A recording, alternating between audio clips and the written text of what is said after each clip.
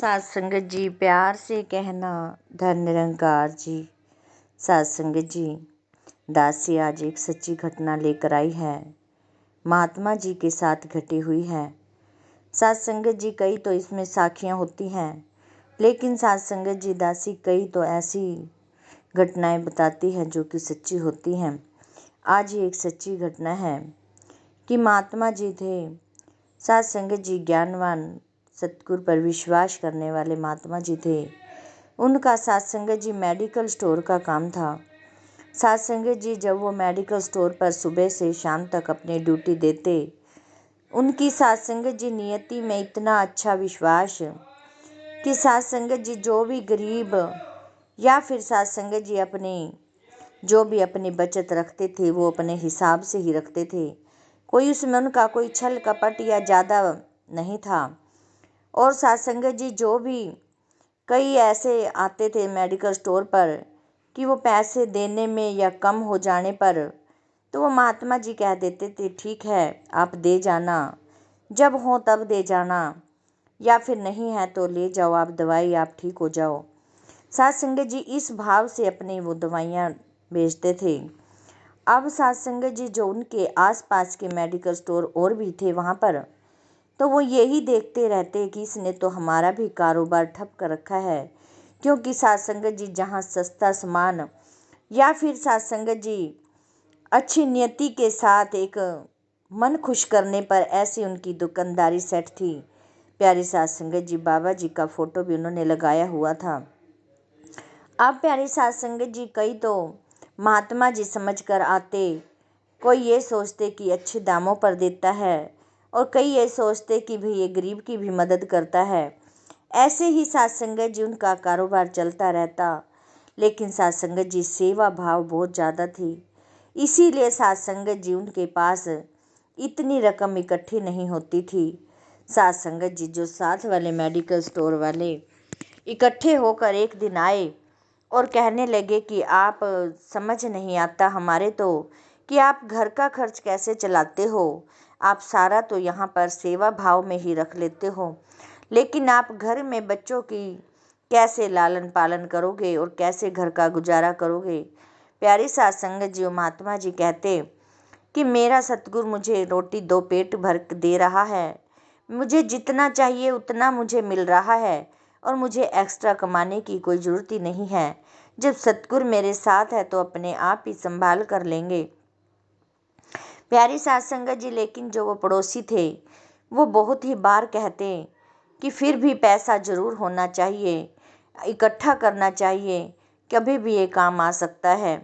प्यारी सात संगत जी, लेकिन उनके लाख बार कहने के बाद भी उन महात्मा जी को सात संगत जी वो अपनी सेवा भाव में एक सच्ची ईमानदारी के साथ अपनी दवाइयाँ बेचते और जितना उनको बचता अपना उसी में गुजारा कर रहे थे।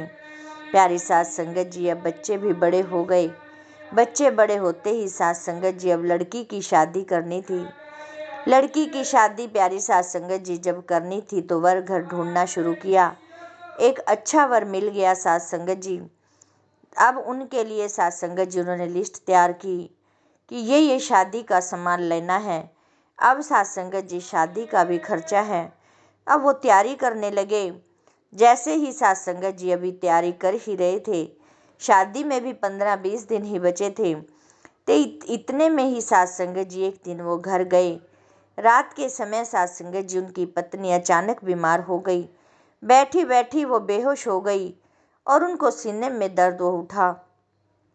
प्यारी सात संगत जी, महात्मा जी झटपट उठाकर हॉस्पिटल ले गए। हॉस्पिटल वालों ने सारे टेस्ट हुए, दवाइयाँ दी। टेस्टों में रिपोर्ट आई कि उनको हार्ट के पेशेंट बन चुकी हैं, इनको छल्ले डलेंगे। प्यारी सात संगत जी, डॉक्टरों ने कहा महात्मा जी को कि इनकी तो तबीयत खराब है और इनको हार्ट की दिक्कत हुई है, अब इनको हमें छल्ले डालने पड़ेंगे। अब प्यारी सात संगत जी, महात्मा जी टेंशन लेने लगे कि इधर से शादी भी है, अब इसको छल्ले भी डलने हैं तो इनमें भी पैसे लगेंगे, 1-2 लाख छल्ले में भी लगेंगे और शादी भी करनी है और मेरे पास तो पूरे सूरे ही पैसे हैं। प्यारी सात संगत जी, उन्होंने डॉक्टर को कहा कि ठीक है हम छल्ले डलवा लेंगे, अभी आप इनको दवाई देकर तंदुरुस्त थोड़ा कर दो, हम बाद में कुछ दिन बाद छल्ले डलवा लेंगे। प्यारी सास संगत जी वहाँ से दवाई लेकर घर आ गए। घर सास संगत जी मन ही मन सोचने लगे कि अब मैं क्या कर सकता हूँ। सास संगत जी एक दिन घर रहे, दूसरे दिन फिर उनको मेडिकल स्टोर पर जाना था। जैसे ही सास संगत जी दुकान पर गए, उन्होंने सोचा महात्मा जी ने कि क्यों ना इन साथ वाले पड़ोसियों में इनसे थोड़ी बहुत मदद ले लेता हूँ। प्यारी सास संगत जी वो दुकानदार, पास वाले दुकानदार के पास गए, फिर उसके पास वाले पे गए। सास संगत जी उन्होंने कहा कि अब तुम्हें मदद की क्या ज़रूरत आ पड़ी है। तो सास संगत जी महात्मा जी कहने लगे कि मेरी बेटी की भी शादी है और इधर से मेरी पत्नी की भी अचानक से तबीयत खराब हो गई है और उनको छल्ले डलने हैं। अब मुझे उन छल्ले डलवाने के लिए पैसे चाहिए, मुझे थोड़ी मेरी मदद कर दो। प्यारी सास संगत जी वो दुकानदार जो समझाने आते थे 3-4, वो वहीं पर इकट्ठा हो गए और कहने लगे कि भाई हमने तो पहले ही कहा था कि पैसा होना पहले ज़रूरी है, लेकिन आप तो यूं ही कहा करते थे कि मुझे पैसे की कोई ज़रूरत नहीं है, मेरे सतगुरु मेरे साथ हैं, मेरे बाबा जी मेरे पास हैं। तो अब कहाँ गए आपके बाबा या फिर सतगुरु जो आप हमारे से मदद लेने आए हो? जाओ अपने बाबा से ही मदद मांगो।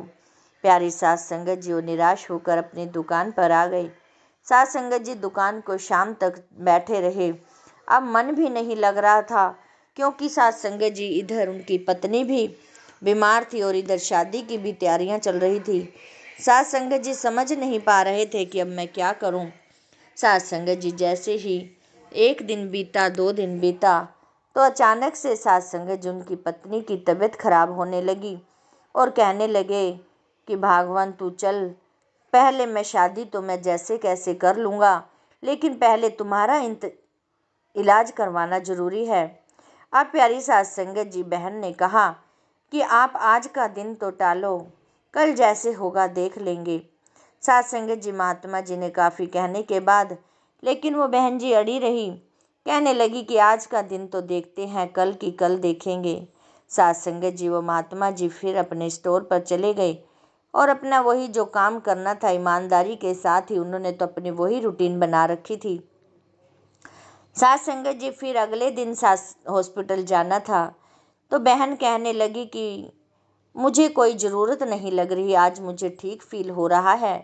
कहने लगे कि नहीं, ऐसे तो तबीयत उतार चढ़ाव आता है, लेकिन आपको ये छल्ले तो ज़रूर डलवाने हैं, शादी जैसे होगा हम वैसे कर लेंगे। प्यारी सास संगत जी उन बहन ने जिद की कि मुझे अब इनकी छल्लों की नीड ही नहीं है, मुझे छल्ले नहीं डलवाने, क्योंकि मैं आज मुझे खुद को ही बहुत ही अच्छा फील हो रहा है। सास संगत जी महात्मा जी ने नहीं माना और उनको हॉस्पिटल ले गए। सास संगत जी हॉस्पिटल जाकर जब डॉक्टर उनको ऑपरेशन थिएटर में ले गए, तो सास संगत जी उन बहन ने कहा कि डॉक्टर साहब मुझे एक विनती है आप जी के सामने कि आप मेरे जो टेस्ट पहले 10 दिन पहले किए थे, आपने कहा था कि छल्ले डलने की नीड है, तो आप प्लीज़ कृपा करके मेरे टेस्ट दोबारा ले लो, हो सकता है छल्ले ना डालने पड़े। प्यारी सास संगत जी डॉक्टर कहने लगे बहन जी ऐसे नहीं होता कि 10-12 दिन तो पहले आपकी इतनी तबीयत खराब थी और छल्ले डलने ही थे, बल्कि आप लेट हो गए हो। यदि छल्ले उन्हीं दिनों ही डलते तो ठीक रहता, लेकिन अब तो हम डाल के ही रहेंगे। सास संगत जी, लेकिन वो बहन जी काफ़ी जिद करने लगी, कहने लगी कि नहीं डॉक्टर साहब, मेरा मन नहीं मान रहा, आप पहले मेरे टेस्ट करो, उसके बाद देख लेंगे। प्यारी सास संगत जी जैसे ही फिर डॉक्टरों ने टेस्ट शुरू किए, टेस्ट में सास संगत जी सारे ही रिपोर्टें नॉर्मल आ गई और उनको तो जैसे कि कभी बीमार ही ना हुई हों। प्यारी सास संगत जी अब वो एकदम शौक में पड़ गए कि कैसे आपका कैसे ये हुआ चमत्कार, कि हमने तो उस दिन भी टेस्ट किए थे, बहुत ज़्यादा तबीयत खराब थी, लेकिन आज आपके सारे टेस्ट नॉर्मल आ रहे हैं, ऐसा कैसे हुआ बहन जी। प्यारी सास संगत जी वहाँ से तो चुपचाप आ गई। सास संगत जी बाहर महात्मा जी खड़े थे, हाथ जोड़ के अरदास कर रहे थे कि बाहर से अंदर से मेरी पत्नी ठीक ठाक आए और उनके छल्ले ठीक ठाक डल जाएं। प्यारी सास संगत जी पत्नी बाहर पैदल चल के ही बाहर आ गई और सास संगत जी उन्होंने कहा कि महात्मा जी देखकर एकदम हैरान हो गए और डॉक्टरों की तरफ भागने लगे कि डॉक्टर से पूछूं कि क्या हुआ। लेकिन साथ संगत जी बहन जी ने रोक लिया।